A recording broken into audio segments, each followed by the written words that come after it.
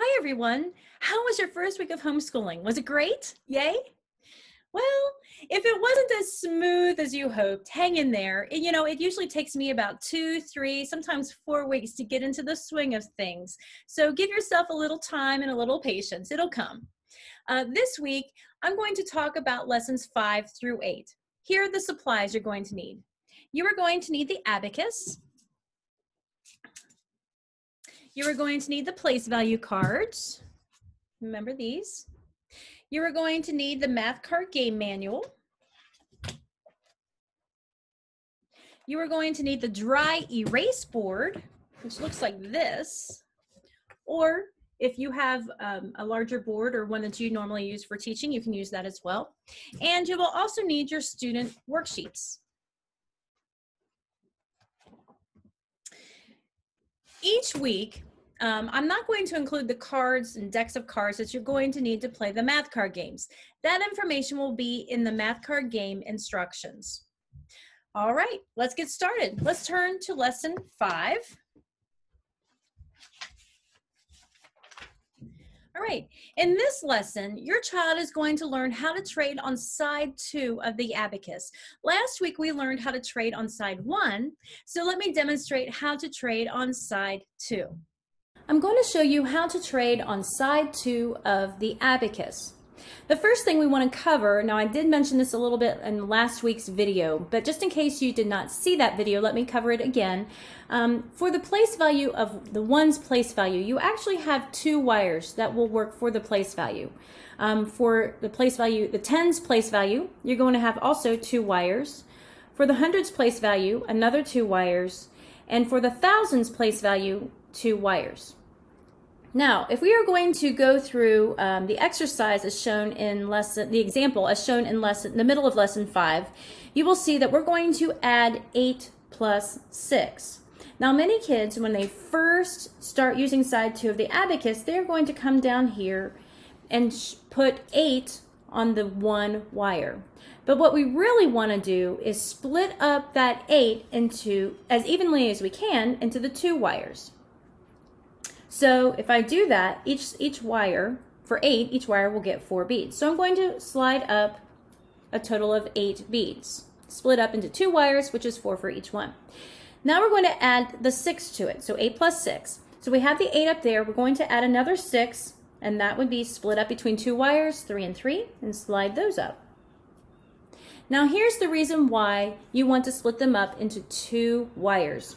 Can you see here that you have a total of 10? You see, it's really clear. Your child is going to see that immediately. So they know if you have 10 in one place value, you need to move to the next place value. So what we're going to do is we're going to take 10 of these beads and we're going to trade it. 10 ones is the same as 1 10. So we're going to trade the 10 for the 1. Now, a quick trick to know where to pick from to slide them down is you see the 4 blue beads here? Well, that's how many beads you're going to leave behind. So 4 blue beads here, I'm going to leave 4 behind. And I always play with my kids. Ready? On your mark, get set, trade. And there you go. You have 14, 1 10, and 4 1s.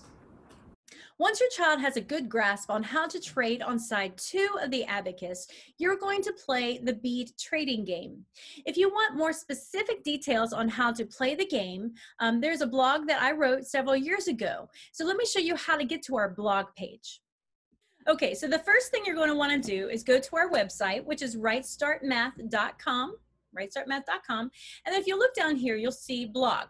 Go ahead and click on that, and that lists all of our blogs. Now you can come over here to this category section and you can choose one of these categories that will pull in. So if I click on card games, that will pull in only the blogs that we have on card games. One more thing, if you come up here to this search bar, you can type in a specific game name or a specific game number. So in this case, I'm going to type in bead trading game, enter, and it will pull in all of the bead trading game information that we have on our website. This is the blog that I was talking about earlier, And here you can see more specific directions on how to play that game. Some of our card game blogs have actual videos with them, more recent ones do. So use this as a great resource as you are learning to play different card games. Okay, so let's move on to lesson 6. The first thing to note is in the materials section. It says to use the AL Abacus if needed.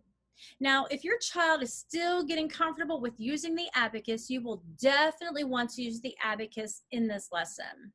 This lesson is also asking your child to use the math journal pages. Now, those journal pages are found in your child's student worksheets in the back.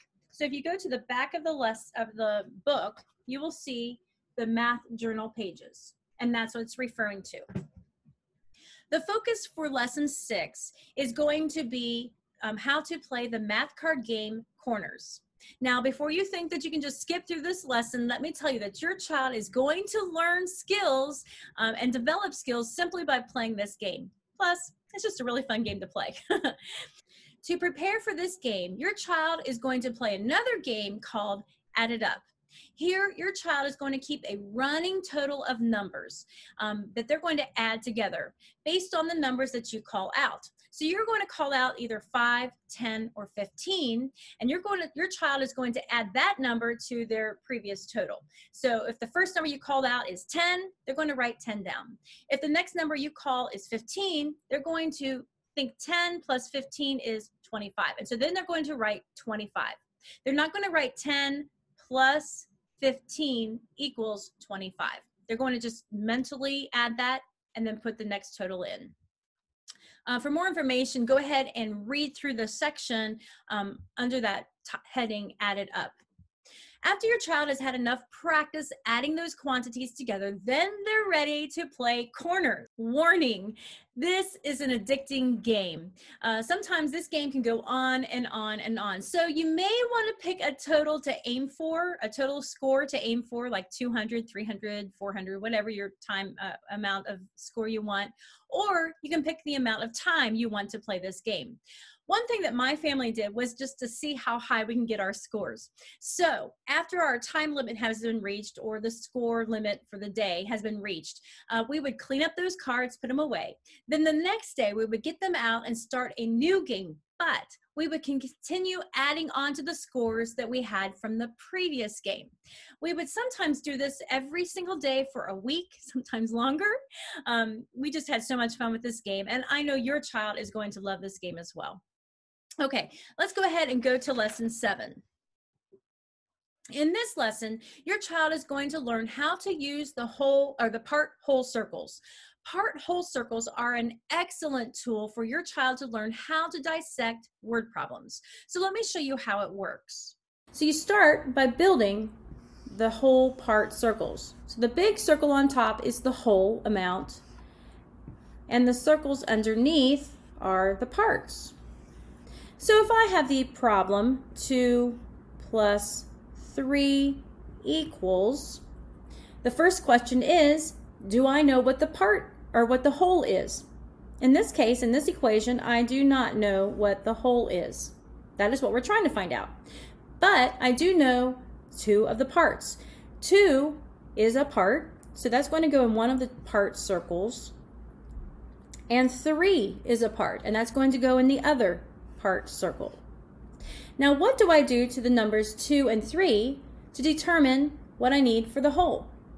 Well, we're going to add, aren't we? And sometimes when my kids were first learning how to use part-whole circles, I would put a little plus there for just a little bit. So 2 plus 3, and that would equal 5. Now, let's look at another problem. Let's look at one from your lesson. All right, so here we are working on the going up strategy. And here we have 14 minus 9 equals. Now again, do we know the entire amount? The whole amount? Well, we sure do. That would be 14. So we're going to put 14 in that whole circle. Do we know any of the parts? Yes, we do. 9 is one of the parts. Now, what do we need to do to 14 and 9 to be able to determine what the last part is? Well, we need to subtract, don't we?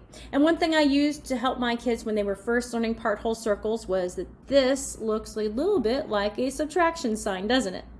So 14 minus 9 is 5. Now, the rest of the lesson is going to show your child different subtraction strategies. If you would like to see how these subtraction strategies work, you can view our pre-recorded webinar called Building a Strong Foundation. So let me show you how to get there. Okay, so here we are on the home page, rightstartmath.com. If you come down here to resources and then scroll down to pre-recorded webinars, you'll see a host of webinars that we have already recorded, so you can take a look. You might even want to spend some time looking at some of those over the course of the year. The particular webinar that I'm referring to right now is Building a Solid Math Foundation. So if you click on this, and then the section that you will want to take a look at starts at minute 36 and second 30. So 36:30 is where you want to scoot the video on, and then you can see the section on subtraction strategies. Now, the game for today is Subtraction Bingo Game, which is found in the subtraction chapter, and the number is S24. There is also a blog for this game, and that blog is called 2020 Summer Game Number 7. So you can simply go into that search category or that search field and type in 2020 Summer Game Number 7, and that will pull up that particular game. And there is a video on that one. All right, so we're ready for lesson 8. Earlier in this week, we worked on trading on side 2 of the abacus. This lesson will really work on how to subtract 4-digit numbers on the abacus. This activity will really help children understand why they have to borrow. So even if your child can work multi-digit subtraction problems fluently, this activity is extremely helpful in understanding place value more fully and the purpose, the why, behind borrowing. Okay, so under the explanation section, there's a comment that I want you to take a look at. It's the first comment on the lesson 8, and it says this: there are at least 8 different ways to subtract multi-digit numbers. Even though a person has learned one method, it is good to explore other methods to enhance understanding. In this lesson, the student is going to do subtraction from left to right. So scroll or read down just a little further. It says in the explanation section, the subtraction shown here proceeds from left to right like division. Now, traditionally, we do subtraction problems from right to left. This section has been a concern for some parents, but I've got to let you know, it is good to show your child that there is more than one way to solve a problem. However, if this is an issue with you or your child, that's okay. Go ahead and note the third section of that explanation. It says, if a child has an accurate and efficient method of subtraction, do not insist that the child change to a new method. Maybe just let them know that there are other ways of solving subtraction problems than how you learned, and then move on and let them solve it their traditional way, using the abacus. Now, once your child has worked through the example, they are going to do the first 6 problems on worksheet 3. The remaining problems will be solved in lesson 9. Now, there is not a specific game assigned for this lesson. However, you are still going to want to play a card game. You can pick Subtraction Bingo, which is a game they played earlier in the week. You can pick another game that they played last week, or if you're feeling a little adventurous, you might find a new card game to play in the Math Card Game Manual. All right, so I talked you through lessons 5 through 8. So what do you do about the 5th day of the week? So you taught lessons on Monday, Tuesday, Wednesday, Thursday, you finished, and now you have Friday. What do you do on that last day? So if those lessons 5 through 8 went well, then on the 5th day of the week, you can have your child pick a couple math card games to play, or if you're feeling a little more confident, you can go on to the next lesson, lesson 9. However, if your child struggled with a lesson or 2 throughout the week, then you can take that 5th day and review some of the lessons or sections of the lesson that your child struggled with. This is something that you're going to want to continue through the rest of the school year. Okay, so you are ready to start a new week. Now, don't forget to keep up the laughter in the lessons. Keeping math light and fun will go a long way to help your child absorb the new material that is being taught. Also, don't forget that if you have any questions or concerns, you can email us or call us for help. We are here to help you. In the meantime, have a great week, and I look forward to seeing you next week when we talk about lessons 9 through 12. Have a great week, everybody.